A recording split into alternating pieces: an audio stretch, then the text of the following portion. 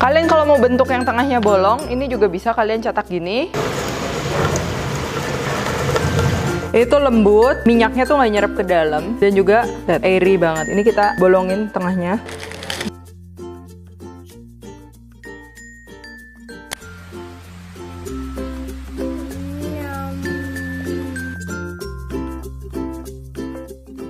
Hello, welcome back to my channel, Devina Hermawan. Nah, jadi hari ini kita akan bikin donat. Nah, jadi adonannya ini tuh multifungsi. Kalian bisa isi, kalian bisa bikin jadi bentuk donat, bisa jadiin bomboloni atau cuman yang kecil-kecil, itu juga oke banget dan enak banget. Jadi yuk, ini bahan-bahannya. Yang pertama, ini untuk adonan donat atau bomboloninya. Di sini aku pakai tepung protein sedang. Kenapa aku nggak pakai tepung yang untuk roti atau protein tinggi? Karena menurutku nanti teksturnya akan jauh lebih fluffy kalau kita pakai tepung protein sedang. Walaupun ini aku tambahin sedikit juga tepung protein tingginya. Dan kenapa kayak gitu nanti ya kita bahas di tengah video aja. Lalu ini untuk liquid atau cairannya, di sini ada telur dan juga susu. Ya, jadi kalau pakai susu nanti hasilnya dia lebih fluffy dan juga warnanya akan lebih gelap ketika digoreng. Ini juga sama, aku pakai palm sugar untuk warna, untuk rasa, ada ragi, garam, dan juga butter. Nah, untuk isiannya kita akan bikin style yang custard, karena kita kan mau bikin style bomboloni gitu. Ini ada pastry cream atau custard yang udah aku bikin, nanti aku kasih lihat juga cara bikinnya. Lalu ini pakai Ovomaltine juga, itu tuh rasanya nanti enak banget karena Ovomaltine ini adalah jenis selai coklat yang crunchy dan rasa coklatnya tuh ada rasa maltnya juga, dan kualitas coklatnya udah jangan ditanya karena ini made in Swiss juga, jadi enak banget ya. Lalu ini untuk pelapis nanti donatnya habis digoreng, ini aku pakai palm sugar. Kalau kalian mau pakai gula biasa, itu kalian baiknya di prosesor dulu sebentar supaya dia partikelnya lebih kecil dan nanti lebih mudah nempel. Karena kalau gula kalian kasar itu susah banget nempel. Oh ya, pakai gula halus juga bisa ya. Yuk langsung aja, ini pertama kita akan bikin adonannya.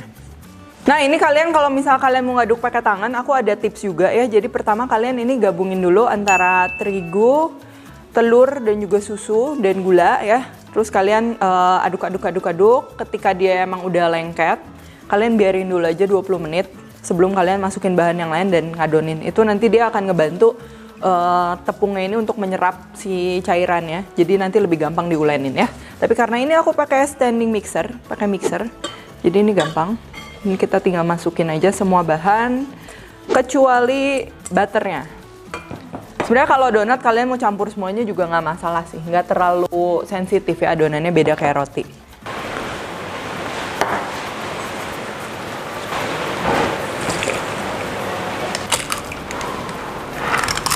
Untuk butter dan garam kenapa nanti? Karena dia akan memutus atau menghambat pembentukan gluten. Jadi lebih baik kita masukinnya belakangan. Ini langsung aja.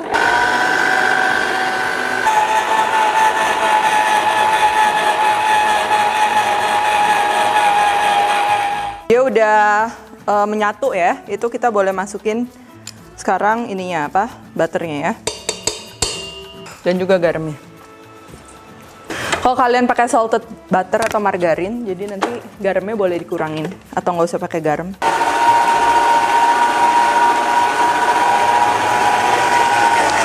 Nah, ini adonannya udah siap, bisa kita lihat dia udah elastis.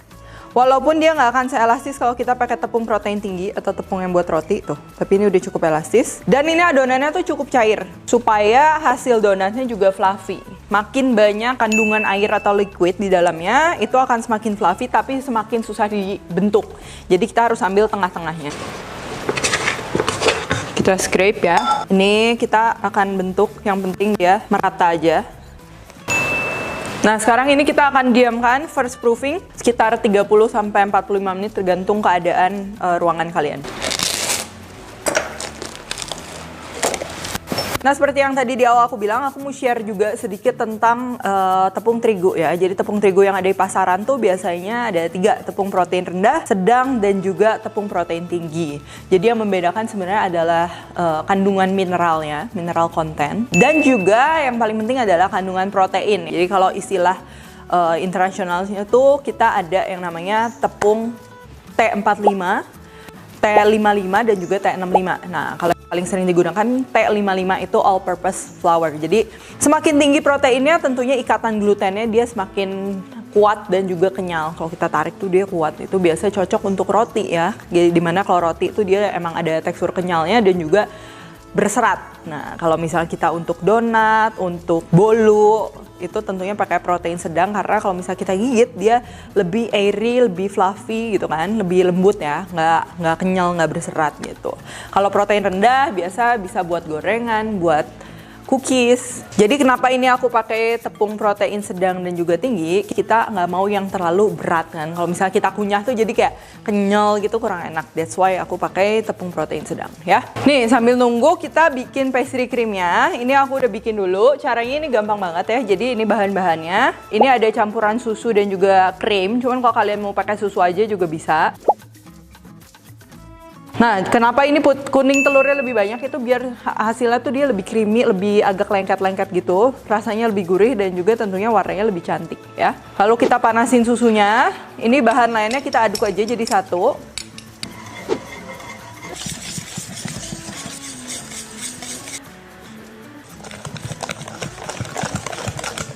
Terus kita temper ya. Jadi temper itu dimana kita masukin susu panas ke adonan telur. Setelah rata kita ini masak lagi. Itu tujuannya supaya si telurnya nggak jadi scramble egg atau menggumpal gitu.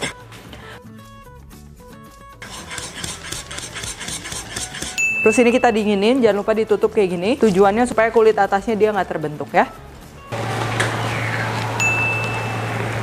Ini kenapa kita nggak campur bareng? Karena Ovomaltine ini kan dia ada crunchy-crunchy-nya. Jadi kita nggak masak bareng supaya nanti hasil custardnya tuh dia masih ada crunchy-nya. Itu enak banget.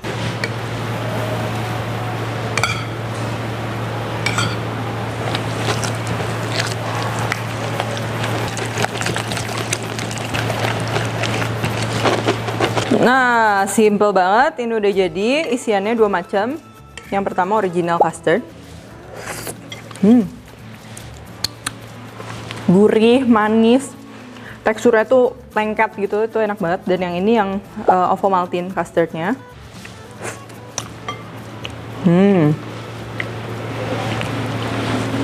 Chocolatey, crunchy, wangi. Udah jangan ditanya ya. Lalu ini kita akan masukin ke dalam piping bag. Ini udah ngembang, sekarang kita akan olesin pakai minyak ya, supaya nggak nempel.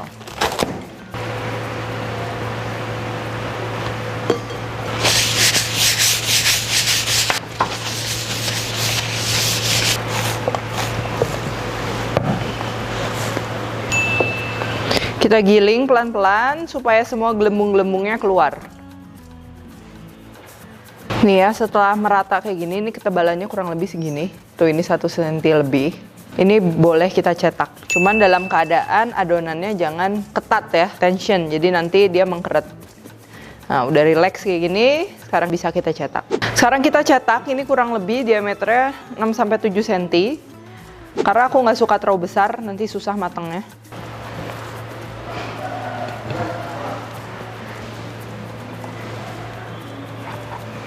Sisanya ini boleh kita buletin, gabungin. Nanti kita akan tipiskan lagi, tapi harus di resting dulu sekitar 10 menit supaya adonannya relax lagi. Kalian kalau mau bentuk yang tengahnya bolong, ini juga bisa kalian cetak gini. Tuh ya. Atau misalnya mau yang kecil doang jadi bulat-bulat. Tapi nanti aku akan kasih lihat juga trik jadul untuk bikin donat yang bolong.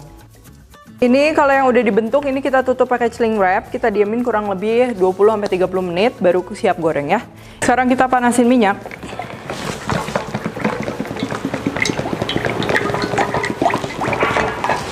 Ini pakai apinya kita jangan terlalu panas. Jadi pakai api sedang aja. Kalau kalian punya termometer sekitar 160 sampai 170 derajat aja.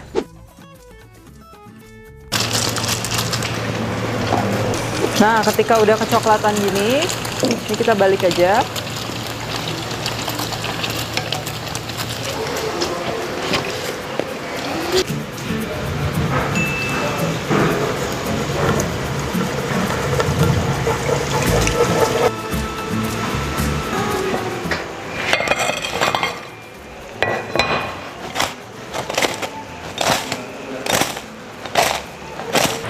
Sebelum kita isi, ini kita belah dulu.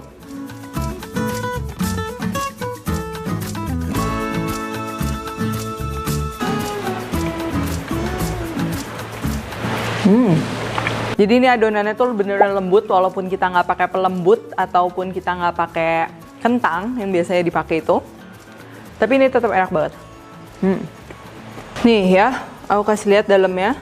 Tuh, itu lembut, minyaknya tuh nggak nyerap ke dalam, dan juga airy banget. Setelah udah cukup dingin ya, ini kita akan isi. Karena kalau tadi masih terlalu panas banget, nanti pastry creamnya dia meleles. Ini kita bolongin tengahnya. Terus kita gini-gini sedikit, kanan kiri. Terus kita akan isi.